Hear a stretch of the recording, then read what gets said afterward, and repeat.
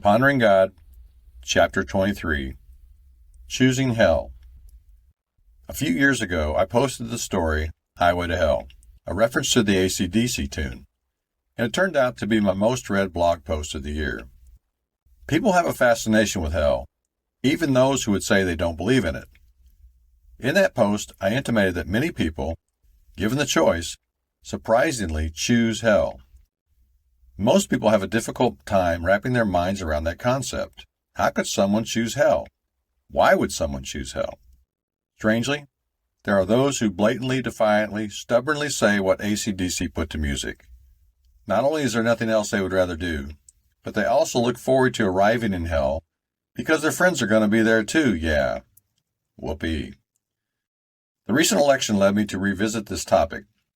Apparently, one of Hillary Clinton's mentors, as well as someone influential in the rise of current President Barack Obama, was a man named Saul Alinsky.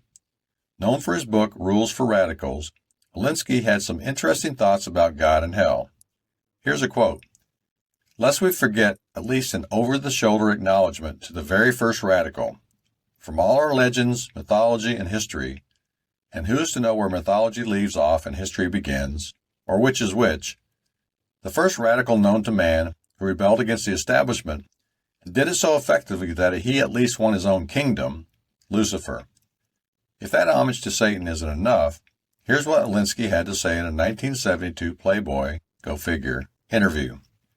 If there is an afterlife, and I have anything to say about it, I will unreservedly choose to go to hell. Hell would be heaven for me. All my life I have been with the have-nots. Over here, if you're a have-not, you're short of dough. If you're a have-not in hell, you're short of virtue. Once I get into hell, I'll start organizing the have-nots with a smile. They're my kind of people." So you see, there are people who would choose to go to hell.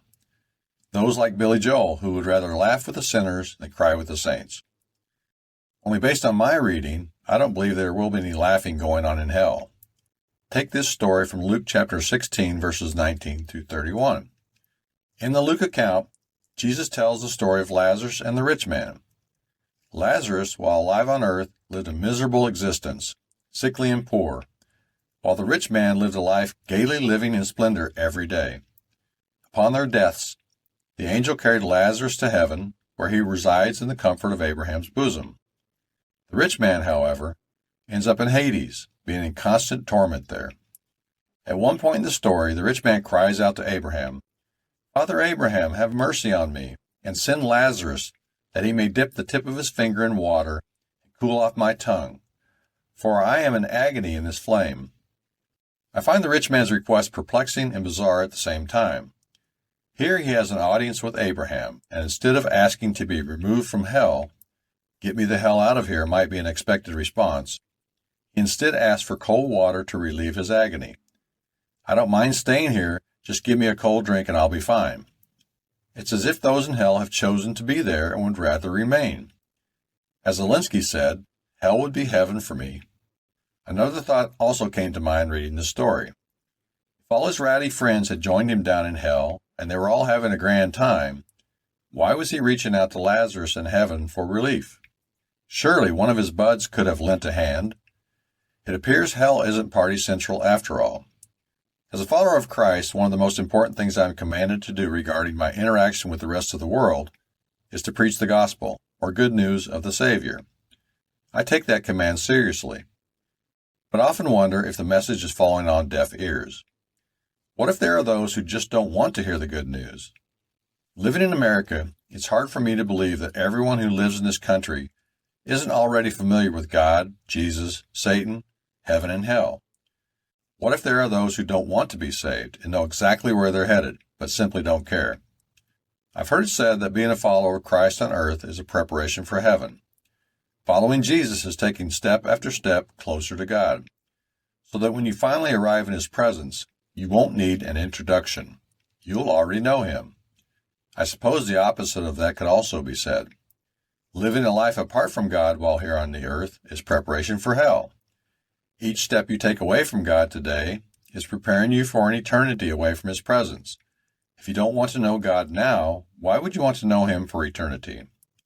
I remember a time in my life when the anthem, that is, Highway to Hell, was one that I sang with much glee, forcefully and with passion, almost as if shaking my fist at God and everything for which he stands. I remember a time when I would flippantly answer the benign question, "Where are you going?" with the response, "To hell if I don't change my ways." I was arrogant and cocky, and I wasn't about to let anyone tell me how to live my life. The simplified version of the two worldviews is that a life of following Jesus is one of restrictions and boredom. You could have fooled me. Whereas the life not following him is one of freedom with no restraints. Or put this way in the famous song, no stop sign, speed limits, nobody's going to slow me down. Those heading for hell are going of their own accord. What can I do to stop them? They seem to revel in the knowledge that hell awaits them. Their lyrics are prophetic. There aren't any stop signs and no one is going to slow them down.